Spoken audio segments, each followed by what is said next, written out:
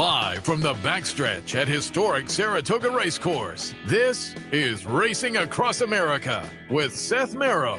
Racing Across America is brought to you by Pinnell's Restaurant, a Saratoga tradition since 1922. 284 Jefferson Street, Saratoga, just minutes from the track. And the Clubhouse Racebook, 711 Central Avenue, Albany. When you can't make it to the track, make it to the Clubhouse Racebook.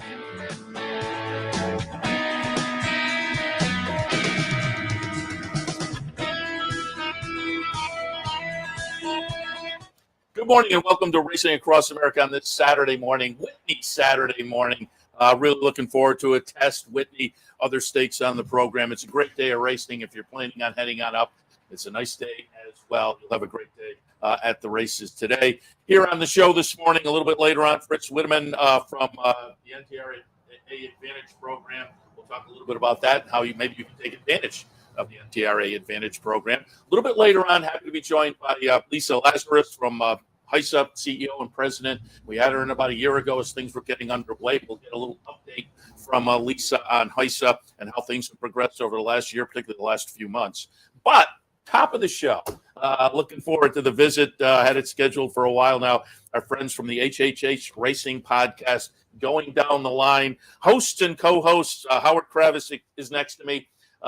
Further down the line, Paul Halloran and then Pete Visco. They're the guys behind the HHH Racing Podcast. I tout all the time. When I'm home handicapping at night, I pull it up on YouTube. Great handicapping discussions every week. We'll touch a little bit about on the podcast and what you can look forward to. But first, good morning, fellas. Morning. How are we doing, Seth? Happy to have you on board and talking a little podcast, and we'll get some handicapping opinions as well. But let's just start things out. Let's just go down the line. I'm curious, whenever I get guests on here, how folks got into the racing game. So why don't we start with you, Howard? How'd you get into the game? Yeah, well, hello, Seth, and hello, everyone out there. Thanks for having us on. Happy to do it. It's a pleasure to be back. No one in my family really is involved in horse racing, and I'm certainly not a racetrack kid by any means. The first time I ever went to a track, I was 17 years old. So I was a bit of a late bloomer, but actually started playing the harness racing game a little bit as a handicapper, and then got more into thoroughbreds, and just been a handicapper for 35 years, and had the pleasure of meeting these guys through the podcast, which we'll talk about in a minute. But yeah, I was a bit of a late to the party as a horse racing fan, but love every minute of it and can't wait for Whitney today. I started across the street at the harness track myself, and I always tell people that actually I think is a great way to start because they're all mile races. Yeah. So you're taking a big part of the puzzle out. It becomes a little easier, I think, to get your feet wet in that harness game. Absolutely. And as a full-time math teacher, and I start next week, so going back to full-time work, obviously the numbers in the program and the past performances and all the analytics involved in the game really perked my interest as well. You and Marshall Grant. Absolutely. Had Marshall on the other day, too. Paul, how about you? How'd you get into the game? Well, Seth, like Steve Christ, my first parimutuel race that I ever saw was at Wonderland Dog Track in Revere, Massachusetts. I went in as a 16-year-old kid in the summer. I had $30 in my pocket. I walked out with exactly $30 thinking, this is what people who do drugs must feel like. Because I was on the highest of highs and covered a lot of dog racing, and then that transition into horse racing. Our late, great Suffolk Downs a mile away, covered a lot of races there and transitioned over to full-time horse racing, I don't know, 30 years ago or so. What's time among friends, right? And folks can also see your work in the Saratoga Special as well. Yes.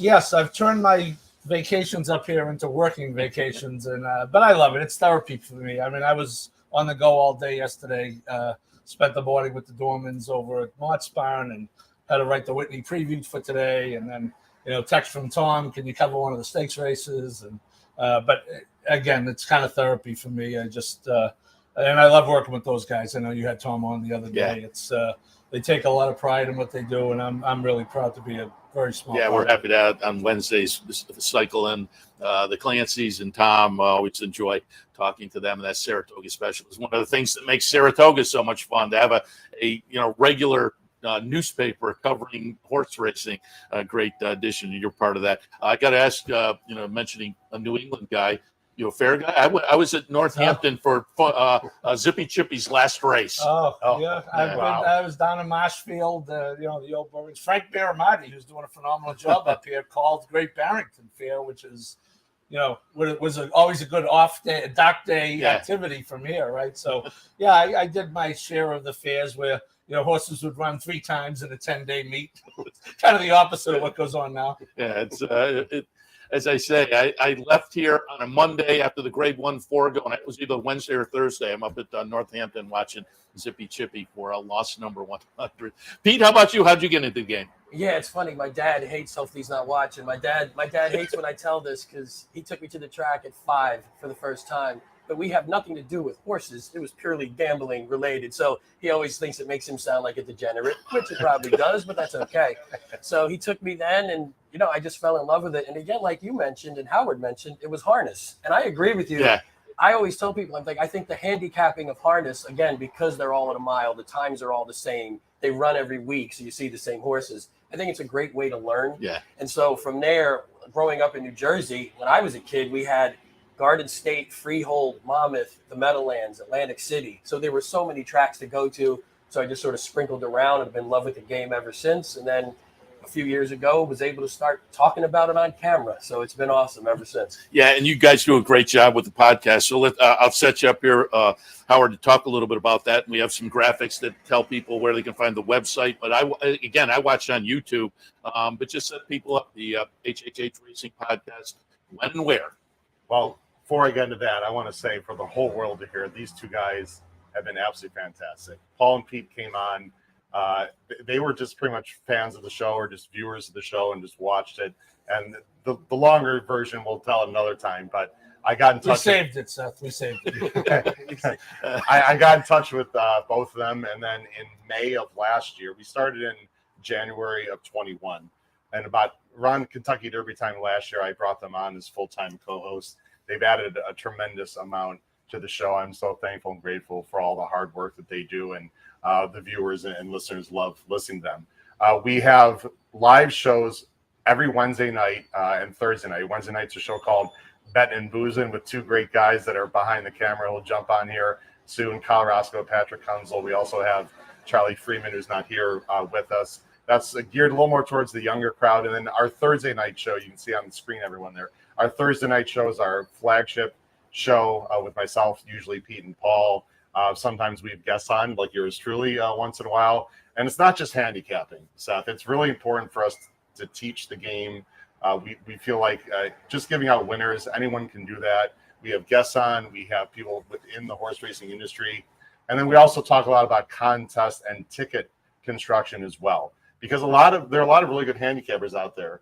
And I was one of them earlier in the day, but I was not very good with my ticket construction and just betting.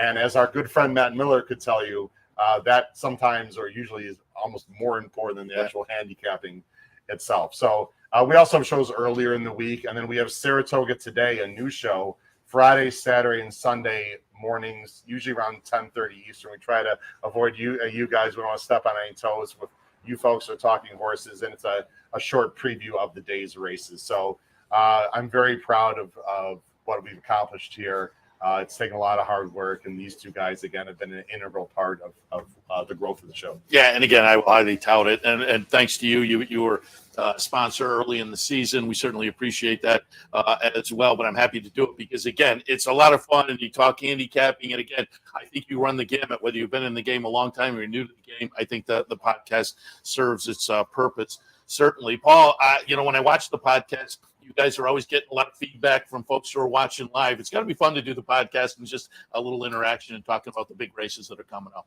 Yeah, it is. And we have a really, loyal group of people who are on. I think they're on more often than certainly Peter, Howard's on all the time. But, yeah, and we try to stay up with it, too. We try to interact with them on the fly, if you will. Yeah. We're not above taking a shot or, giving a shot back. But, it's a lot of fun. And I think you use the term grow the game, Howard. It's to have these young guys in it.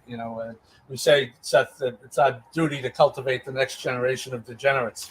So we're certainly trying to do our part in that. And Pete, talk a little bit about you guys. Howard mentioned Matt Miller. I had him on the other day. I had him on for 20 minutes, and I said I could have talked to him for 2 hours. Yeah.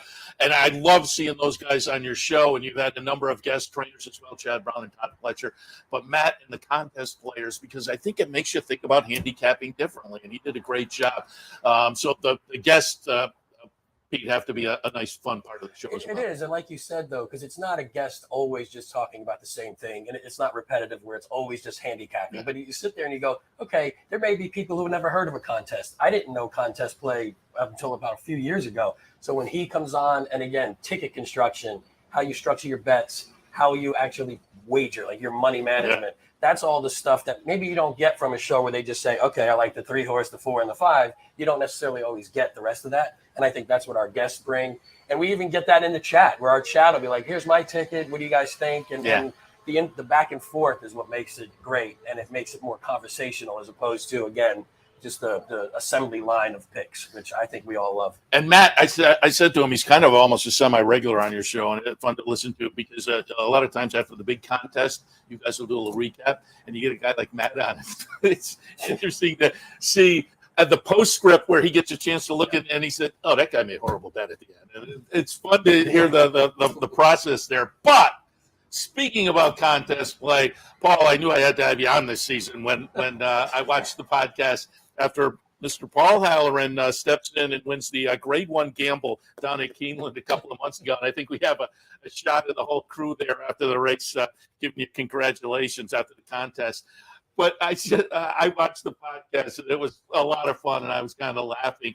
Talk about, you were down in Kentucky, I guess, and for folks who don't know, you've been following the Cody's Wish, Cody Dorman story. And so you were down in Kentucky, I think, doing a little bit on that, and just thought, no, I got a day, we'll head over to the track and talk about entering into the contest. Yeah, well, I did go to the track every day I was in Lexington, just for the record, because I wouldn't want to get excommunicated. But Saturday, that day was the only day I was able to do the whole card, and it was a last-minute decision. I picked Howard up in the morning. We went over to visit our beloved Tapper Trice, whom we thought was going to deliver Derby glory to us, not Derby heartache. But 11:45, I just kind of made a decision on the fly, got in, and the deadline was 12 o'clock. So correct. 15 minutes before, maybe I'll play the contest. Well, I bet like that too. I'm always in under the wire. But it was just one of those days. There were no genius opinions. I think I played 7 races, and I think the longest there were 2 5-2 shots. It was the Matt Miller school of leverage your opinions, and there's a plan. Again, his template. What's it going to take to win it? And the thinking was about 35,000, and I had like 15 going into the second to last race, and of course bet the whole 15, and had a double that I thought was going to pay about $4 for $1. And I had it 10,000 times, would have brought back 40, and it ended up paying $6 for $1, so it brought back 60. Yeah. So lightning strikes once every millennium. And let's be clear, that 60 is 60,000. It was a very good day, prize money and whatnot. And I love the story. That's just like, maybe I'll play the contest. What do we have? 15 minutes left to register? Yeah, maybe. I had handicapped. I have to thank Howard. We did the late pick 5 on our Thursday show, which I had done from my hotel room in Lexington. You mentioned I was down there spending time with the Dormans and the Godolphin people. I'm working on a book on the Cody's Wish story, which makes today a big day for me. So that was honestly the primary purpose of the visit. And I did a lot of work. I talked to the Dormans, the Godolphin people, one of Cody's doctors in Cincinnati. But I did kind of leave Saturday as a almost Keeneland only day. Howard tagged along. I did one interview before the races, and was able to spend the day at the track, and proved to be a good decision. Yeah, very good.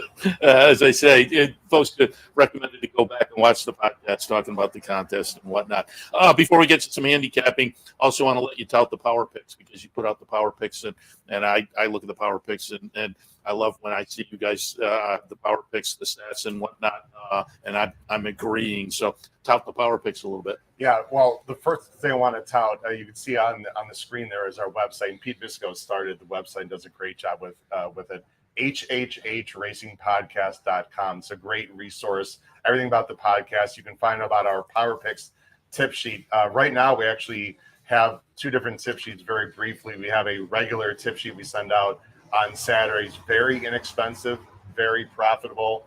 We have a ROI around $2.40 the last 2.5 years. We're crushing it on our power picks. And again, it comes out Saturdays only, major stake races. And then we have a Saratoga only power picks that we're selling for Fridays, Saturdays, and Sundays, the weekends during the meet. And people can purchase those on a weekend by weekend basis. So you should really check that out. And of course, subscribe. When you go to our YouTube channel, hit that subscribe button on the bottom right-hand side of the video player as well to help people send us to the channel. Very good.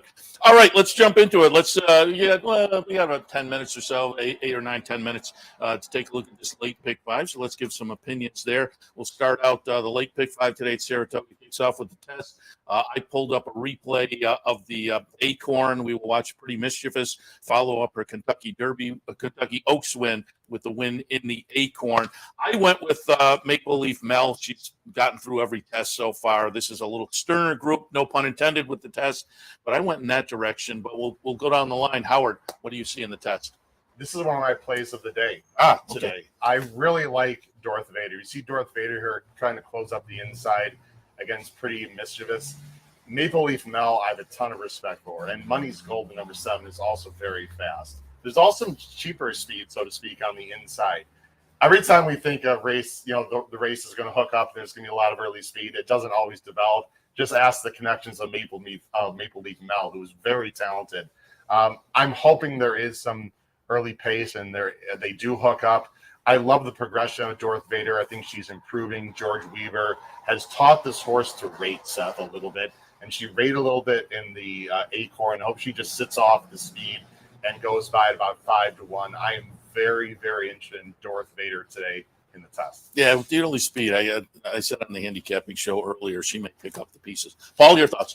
Well, I think you try to beat Maple Leaf Mel at your own peril, Seth. I'm with you. I'm a huge fan. Although I will say I've seen Money's Gold run.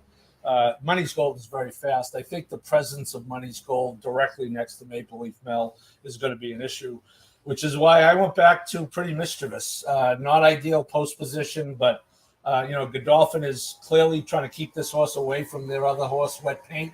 And right after the Oaks, when they put blinkers on, by the way, which worked to be a great move, she tends to have her mind wander a little in the stretch. So Brendan Walsh made the move after a fairgrounds with the blinkers. 2 for 2.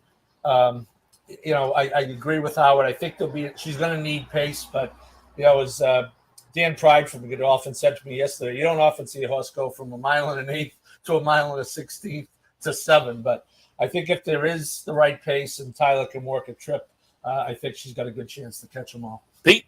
I'm actually with both of these guys. I sort of like Darth Vader, but I do think Pretty Mischievous is just really going to be tough to beat if that pace heats up, like Howard was talking about. And again, we always say it. We think it's going to be a hot pace, and then it doesn't materialize, and then a horse like Maple Leaf Mel just gets on the lead and rolls. But Pretty Mischievous took the gamble, like you said, Paul, put the blinkers on before the Oaks, which is scary to do before such a big race, but it seemed to have just keeps her focused, keeps her professional.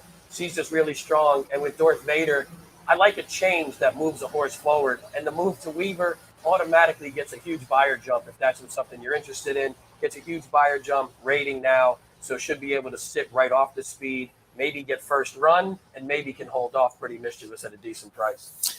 Saratoga Derby will be the second leg of that late pick 5. I pulled up a replay going back to the first in this turf series, the Belmont Derby. Farbridge will be the winner. Web Slinger makes a nice late run and winds up 4th. I went with those two, 1-2. Pete, we'll start down on the far end with you. What do you see in the Saratoga Derby? I hate to pick the favorite, but I love Fairbridge as a horse, or Farbridge. I said Fairbridge. Farbridge is a horse, and what I liked in the last one isn't the nicest thing in the world, but I liked the move from Rosario to Ortiz, and Jose just ran this horse perfectly, instead of getting him into the trouble that he had been getting into in the prior races. So having Jose back up, I think he could sit the right trip. I think there's enough speed to run into. I just think this horse is tough. And my son would want me to mention Web Slinger because he's a huge Spider-Man fan, but Web Slinger tends to find himself in a little bit of trouble and has a hard time getting to the wire first, but he should be someone who could at least close and at least hit the board. Yeah, hopefully he's in the mix a little earlier than he was last time. All your thoughts? very tepid opinion on Farbridge. I think it's a wide open race. I kind of defaulted to Farbridge. Webslinger ran absolutely huge in the American Turf at Churchill, Castellano, the masterful trip. So I went with Farbridge, but on an ABC ticket, I'll be spreading as much as I can. Howard? I had Farbridge last time. Farbridge got an unbelievable trip last time. I mean, could not have gotten a better trip. I love the horse. I do not like him today because of the perfect trip last time, and he's going to be the favorite. Program trading, number 2 for Chad, has been ultra impressive. This is a major step up, obviously, in distance and class. The way this horse is winning, Seth, and I'm a visual handicapper, is just super impressive. I like program trading. And Chad's not going to put this horse in if he doesn't think he can, A, win, and 2, get the distance. And the other horse, I'm a little bit interested in the Lion of War, the Euro, the number 8 at 8-1. I'm not a huge fan of the Belmont Derby. I'm looking for a fresh face today. Yeah, and with the soft ground, you would expect still be soft. The Euro could be absolutely intriguing there. Whitney highlighted the day, race number 10, Grade 1 event. I pulled up Charge It, and with the win in the Suburban, obviously things go through Cody's Wish. We've looked at that Metropolitan replay a couple of times this week already, so wanted to show Charge It. Seems like that one Zandon, or I had put Cody's Wish on top, though.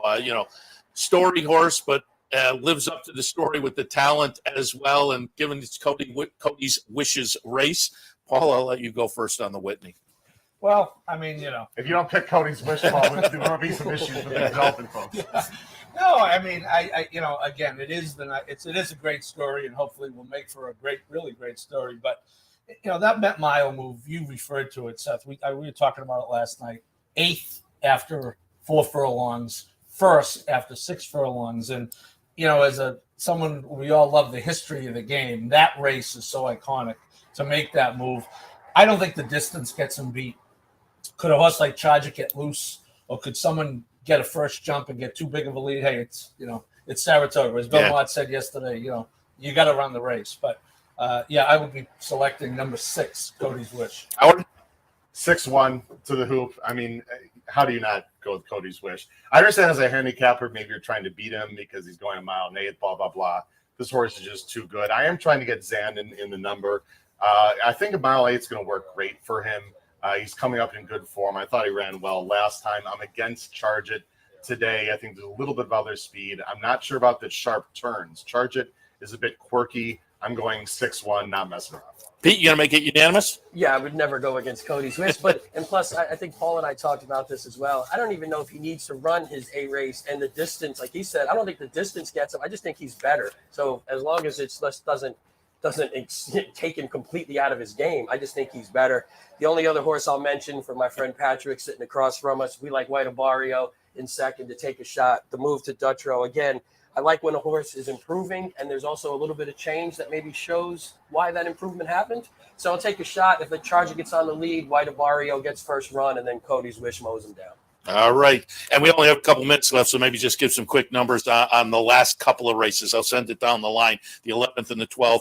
11th is an allowance non-winners of 1. Other than the 12th is an allowance non-winners of 1. Other than on the turf, the 12th has been moved to the inner. Let's just work down, as they say, just give some quick thoughts. 11th and 12th. 11th racing going 7-5-2. The 2 I'm interested to see how he runs for Suge. It's a $1.7 million horse coming off a layoff. That horse, Signator, in race 11 can improve. I had Jason in yesterday from West Point. They're looking forward to the return. For sure. And last thing I want to say, the last race, number 12, race 12. I love the number 1 Shutters. Broke slow last time, got back into the race, middle moved, a ton of trouble on the inside. Shutters, the number 1 in the last race, the get out race, is one of my best plays of the day. Hopefully he can handle softer. Paul? I like the 7 along with Howard in the 11th, and in the 12th, Seth, through Zilla Racing, I own a tiny piece of Dracone, so I will be picking Dracone to. He actually ran very well last time, good second, so I will be picking Dracone. We saw Howard in the winner's circle the other day, so maybe we'll see you today as well. Pete, what are your thoughts? I'll keep it quick. I like the 5 Frat Pack in the 11th. I figure this is a weird horse. Has run 2 races. Run well, but both were in the slop. I know today might be a little bit wet, but let's see what this horse can do. I use them too. I like them. So I like that one. And then the last, I didn't have a huge opinion because I wasn't sure if it was going to stay on the pace. but I do like a little bit of My Sea Cottage. And I actually do like, I'm with Paul, not to kiss his butt, but I like his horse. I think it's got a shot at a double-digit price, and hopefully drags me into the winner's circle with him just because I'm picking. So the whole team would be because I should have I pulled it up the other day with Matt Miller. You guys in the winner's circle, the Adelphi horse, that had to be thrilling. Well, I didn't mention Dracona. I'm not sure I'd be in the winner's circle, but I think my good friend Paul. Oh, you picked again. Yeah, You're absolutely. out. You're out. Don't even. Don't worry about it. I was already in the winner's circle. You were. This is the kind of fun we have on the I show. hope, if it's the last race, I hope he has money left to bet his play of the day. Wow. All right, we're going to wrap it up, but we'll let the Betting and Boozing guys come up because, again, you get the flagship show on Thursdays, but on Wednesdays. So just we'll have them come up and stand behind us a little bit. The Wednesday show, Betting and Boozing, introduce the guys. Yeah, we've got these guys do a great job. Host Cal Roscoe right over my right, and Patrick Kunzel, co-host further to my right. And then I want to mention Charlie Friedman, who's not here as well. These guys have brought a lot of energy to the show. I really appreciate all the hard work they do, and hopefully they're going to be with us for a long time. All right, thanks for stopping by, guys. Thanks, Again, Seth. I was looking forward to the visit. I think it was a lot of fun, and I will tout the podcast as well. You can find it on YouTube, and you get a lot of great information. So thanks a lot, fellas. Thank you, Seth. All right, we'll go to a break. When we come back, Fritz from the NTRA and Lisa Lazarus will join us later on. All of that coming up. Stay tuned. It's like the Von Trapp family up there. Capital OTB is now streaming live on Roku. The RTN Racing channel on Roku lets you watch OTB TV live through your Roku device or your Amazon Fire Stick, rather than being limited to computers and mobile devices, which means you can now watch OTB live wherever you are. Simply open Roku, scroll to find the RTN channel, then click on OTB TV. OTB TV on Roku. Try it now. Find great racing content on the HHH Racing Podcast. Each week, host Howard Kravets and regulars Paul Halloran and Pete Visco preview, review, and handicap some of the biggest races from across the country, plus regular visits from the sport's top trainers and handicappers. Find them on YouTube, live Wednesdays and Thursdays, and replays anytime. Learn more at hhhracingpodcast.com and check out the very successful weekly Power Picks at Patreon for the team's picks, plays, and handicapping info. The Clubhouse Racebook is the Capital Region's new home for racing and sports. 25,000 square feet of Vegas-style action with live wagering on the best horse racing from around the world. 260 flat-screen televisions and state-of-the-art wagering terminals. So don't miss out. The fun is only minutes away at 711 Central Avenue, Albany, just off Exit 5 of I-90. And don't forget, if you can't make it to the Clubhouse, you can always wager online 24/7 at capitalotb.com.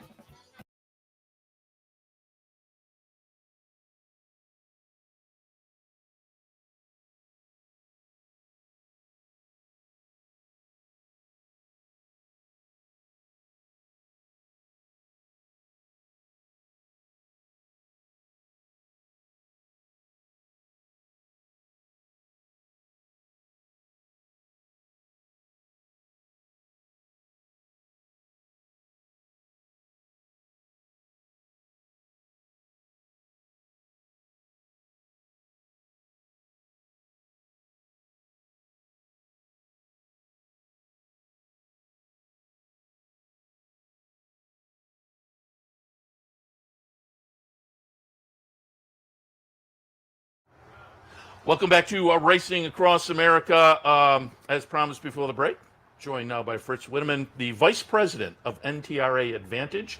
They've been advertising with us during the meet. We certainly appreciate that, but I wanted to get Fritz on to talk a little bit about how maybe people can take advantage of NTRA Advantage. So, Fritz, good morning. Good morning, Seth. Thanks for having me here.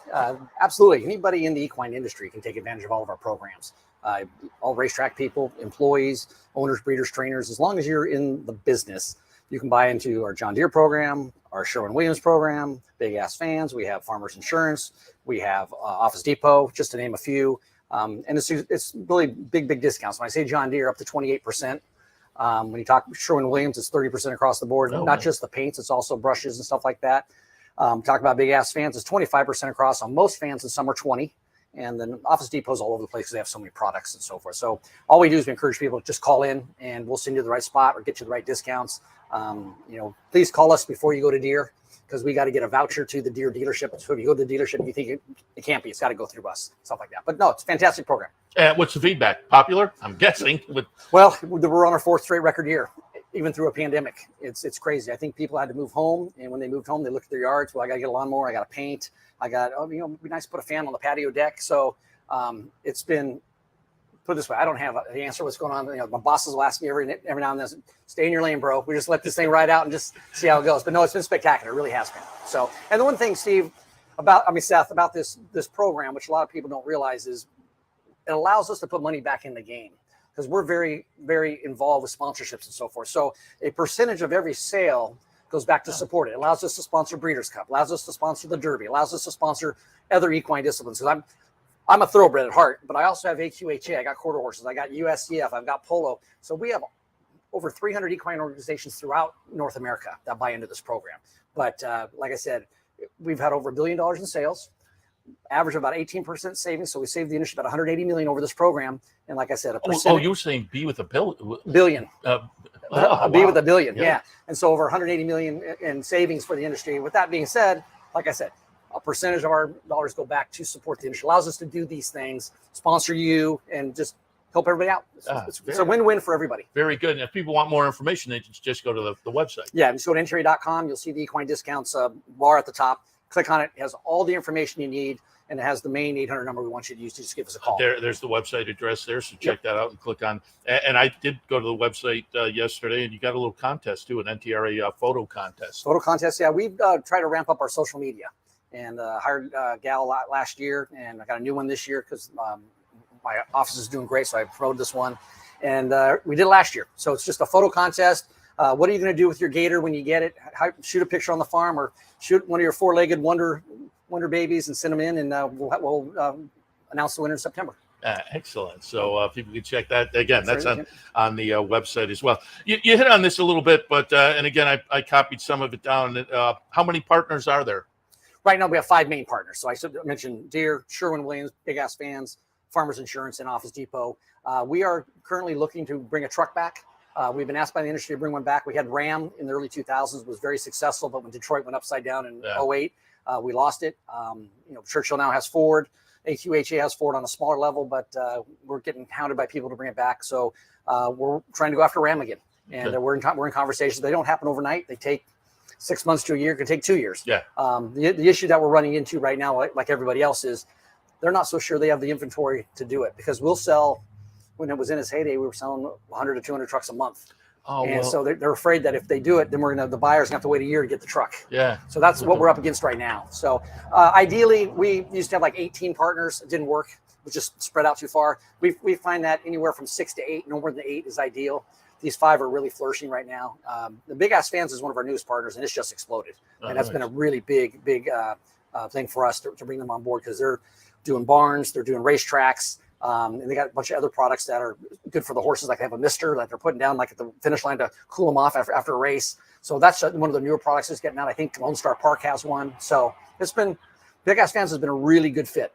I'd ask how the feedback, but I guess $1 billion says what the feedback is. Well, I mean, it's taken 20 years to get there, but yeah, no, it's been spectacular. It really has, and like I said, the industry benefits when they use our equipment and buy it, and allows us to do a lot of things. And we do a lot of kids programs and stuff. So we're trying to get the next generation to get involved. Very good. So we're happy to have you on to talk a little bit about that. But when you sat down, I got to get the background. How'd you get into the game? Because you said this reminds you early on out at Long Acres. Well, so I grew up right across the street from San Diego Park. So my folks own horses. I've been going to the track since I was 4. So that's going to be 53 years in September. So I worked at San Diego out of high school, 16 years old, and knew nothing about the Arizona racetrack program. So they told me down in Tucson, you want to take a look at it. I did that. Oh, so you're a grad. Yeah. Oh, nice. Yeah. So grad. So I did that. And then Santa Anita wanted me back, but my internship paid better than what they wanted to offer me. So Long Acres hired me, went up there, director of promotions, but I did all the handicapping shows. So this is, I feel good. It feels good to be back in it again. And then from there, went to Hollywood Park, worked for R.D. Hubbard, and Mr. Hubbard was spectacular. And we had the Breeders' Cup in 97. And lo and behold, the NTRA became in 98. And then 2003, I got a call from Breeders' Cup NTRA when we were merged. And they asked me to come out to be the director of marketing. So I moved out in 03. And then slowly worked my way through, and then went to work to DRF sales, and then went to sales for Blood Horse, and then NTRA called me back and said, "Hey, how can we get you back?" So then I'm now taking over the sales program, and been there since 2016. I added up the other day. I think it's almost 15, 16 years now just with the NTRA. So, Okay, but it's been great. I got great people to work with. We have a fantastic staff. As you know, we run the National Handicapping Championship, Horse Players Championship. Michelle and Holly do a spectacular job, and then we do the Eclipse Awards. I mean, we do the Academy Awards for racing, and once again, we'll be back down in January at the Breakers, which was phenomenal last year. So we wear many hats, but sometimes I like to say we're Switzerland. We just try to take care of everybody, and but it's a great place to work. It really is. Yeah, we went out and covered the NHC out in Vegas a couple of times a few years ago here on OTB TV, and what an event that! It's just so much fun. I'm trying to get out there as a player, so I'm playing some of the online because it's just great. The whole vibe out there. You do a great job there, as you say. Holly and Keith stopped by the other day. Keith Shamblin stopped by the other day. We plan to have Tom Rooney on tomorrow as well. So you guys do great work. And, I've worked with Keith since '95. He does a fabulous job also. Fantastic. But before I let you go, you mentioned the RTIP program down at University of Arizona. Whenever I get a grad in, I just like them to tout it a little bit, because I think our audience, we're bringing new people into the game. And I think a lot of those are young people who maybe aren't like you, weren't aware that that's an option if you're interested in horse racing. Well, what's great about it is you can go and get your undergrad and go through the program, or if you're already an undergrad, you can do a postgrad. And I think it's a 2-year program. And no, it's fantastic. And Robert Hartman is he came back in, is taking the reins, and Phil O'Hara, I don't know if you remember Phil, but Phil's had an extensive racetrack background. And if you're in racing, they have a symposium every year in December, and it's basically a job interview, and it's great opportunities if you really like the racing. Now, they also have added the casinos, because most racetracks now have casinos, so you learn gaming as well. I didn't have that when I was there because we're strictly just racetracks, but it is a great bridge to this industry, and I highly recommend it if anybody that wants to get into racetrack management. But that's just not just racetrack management; it's all kinds of facets of the industry. So it's great program. And I think that's what a lot of young people don't realize. I remember when I was first, was younger, and I met up with a friend who was into the game and kind of went off in a different career. And she said, when I was young, I didn't realize, whatever you do, the racetrack has a spot for you. You think, I got to be a trainer or a jockey, but there's management level and accountants and whatnot. And so there are all kinds of. Well, you got IT, you got accounting, you got publicity, communications. It's people don't realize how many employees these racetracks really have to run the deal, especially this operation here. Absolutely. And very well run. Very well run. Also, the NTRA, and again, the NTRA Advantage program worth taking a look at. Visit the website to find out more there. Maybe participate in the photo contest as well. Have a little fun. Fritz, appreciate the visit. Thank you. Appreciate it. It's outstanding. Fritz Widaman from the NTRA Advantage program. We'll take a break. Lisa Lazarus is in the house. We'll catch up about a year in from our last visit, see what's up with HISA. All of that right after this. Stay tuned.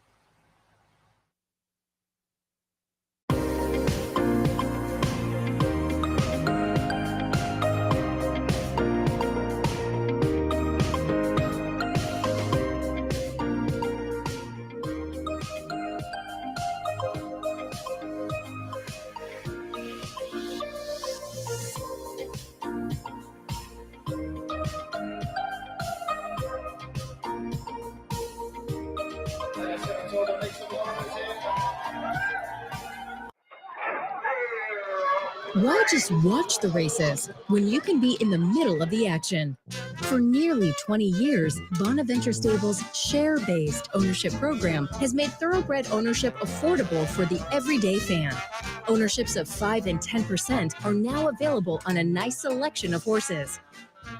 As a partial owner with Bonaventure Stables, you'll enjoy all the benefits afforded every owner. Visit with your horse in the private stable area. Greet the trainers and jockeys in the paddock. And when your horse wins, savor the moment in the winner's circle at Saratoga, Belmont, Aqueduct, or wherever you bring home the prize. Based in historic Saratoga Springs, Bonaventure Stables has been training winners and creating memories since 2005. Learn more, see available horses, and meet our team at bonaventurestables.com.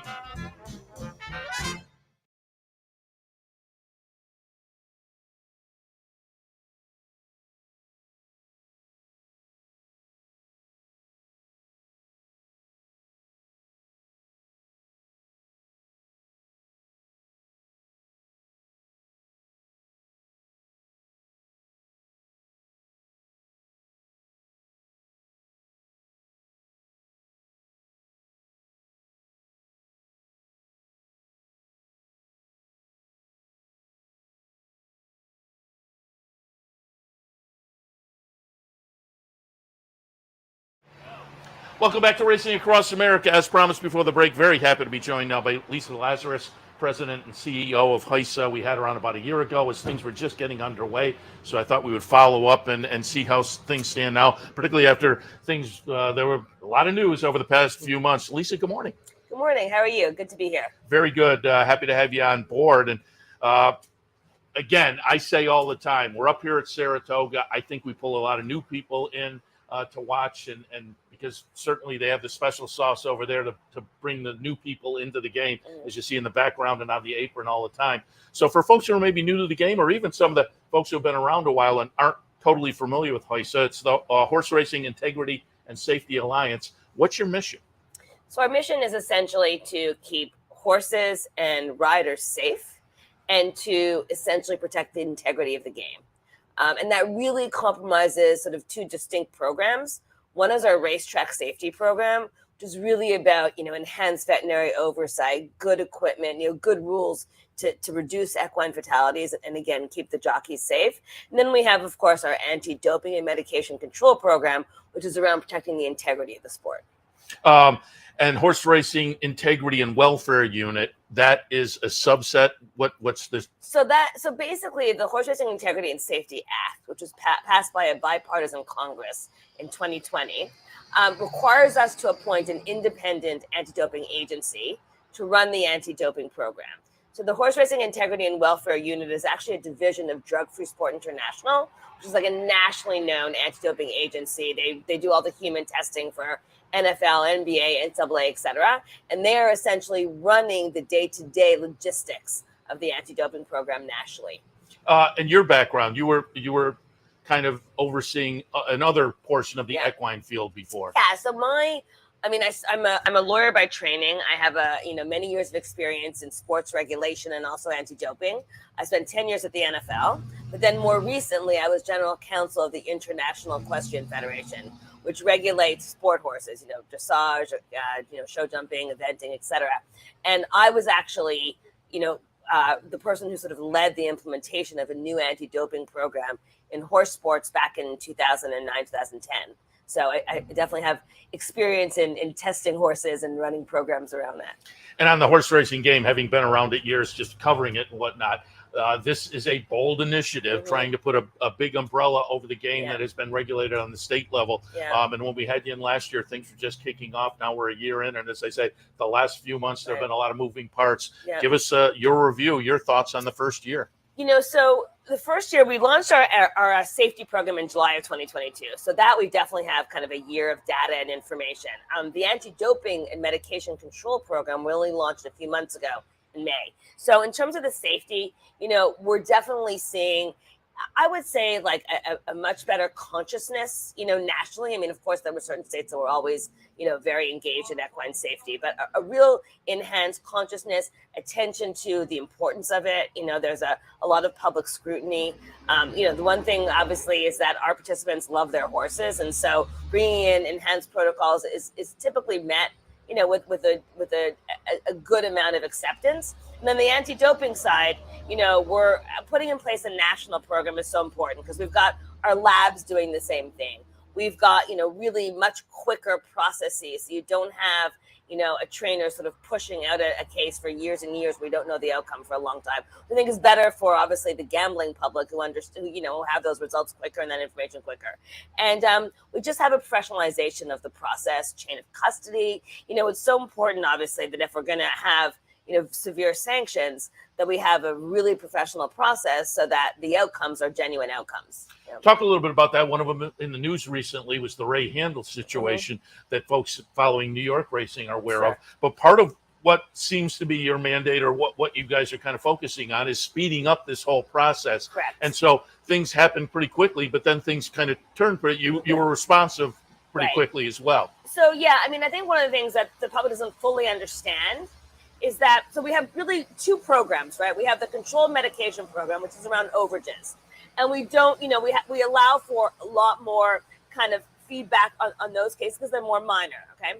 On the banned substances, which are the doping substances, the theory is that the risk to the industry and trainers who are competing clean and horse players who are betting on horses is too high to allow a trainer who has a horse with an actual doping substance to keep training while the case is going on. So what we do is we put a provisional suspension in place. But if that trainer can come back to us and say, you know what, did you take this into account? I've got this defense. We will consider that, and then we may lift the suspension, like what happened with Ray Handel. Now, Ray Handel's case has not been adjudicated. It's not over. The only difference is that he's not suspended while the case is going through the various channels because he showed us that he has a genuine chance of being successful on the merits. So that's too high of a risk to keep a guy who has a good case on the merits suspended. And that's how that sort of analysis is made. Talk a little bit about, in that same vein, how is it different now than, let's say, 5 years ago or 10 years ago? A trainer gets a positive. How are things different now than it was, as I say, 5 or 10 years ago? Sure. So there are a number of things. So first of all, let's talk about the doping stuff, which is different from the medication, right? So as soon as a positive test comes back for a doping substance, the trainer is notified actually in person of the violation. If the trainer has a second horse with the exact same substance, or it falls under a list of very extreme substances like methamphetamine, they have an immediate provisional suspension, and the next day that's made public on the Highway website. If it's not, they have the opportunity to request the B sample, and then they're not suspended while we await the B sample. But as soon as it comes back, which is usually a few weeks, then they are. And so that's really different because ultimately in the previous system, the only consequences only came after the entire case was over. Now, when we originally suspend, it's not a decision around guilt. It doesn't mean that the case has been adjudicated. It just means like administrative leave. You know what I mean? It's like something happened. It looks really serious. We care about the whole industry, all the players, all the other trainers. And so we don't feel comfortable with you continuing to train because you're putting it all in jeopardy. Like one thing that really sort of drove the point home to me is that I think Ray Pollock put up on his Twitter feed a while ago, a list of all of the folks that Jason Service, sort of stole money from, right? You can put the toothpaste back in the tube on that, So our program is designed to prevent that happening so that ultimately we kind of can make sure we get it right and we protect everyone. One of the other things that jumped out at me was, again, you're under a national umbrella now where things used to be done state by state. And so you want uniform rules. Obviously, that's the goal. But one of the things that jumped out at me, if you find trainers and you find it, just for example, out of like the New York circuit, you find a trainer, a substantial amount that is a penalty. But that same substantial amount on a guy at like a C-level track, that can be just overwhelming, that same penalty. Yeah. Is that considered, I mean, like per structure at the two? Yeah, it is. So basically our fine structures are an up to. So, so maybe up to 10,000, up to 20,000. And then the arbitrator, who is a neutral sort of judge deciding the case, will take all of that into consideration. You know what I mean? How much fault, how egregious, what is the sort of worth of the trainer? What is that trainer's income?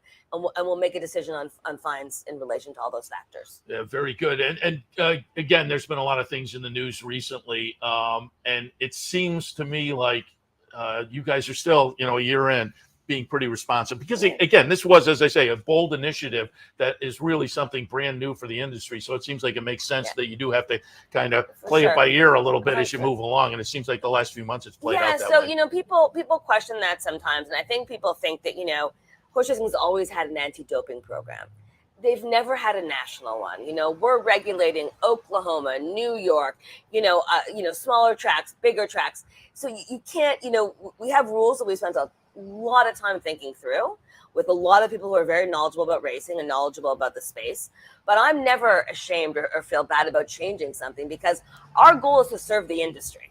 That's our goal. That's our only goal. We're not like commissions who may have other things that they have to deal with. We're here to protect the industry, to keep horse racing around forever. And if we get something wrong, we're going to change it, because that's our mission. It's not like we're not going to sort of have big egos and say, oh, no, we were right all the time. We look at the data, we look at the information, and we kind of act accordingly.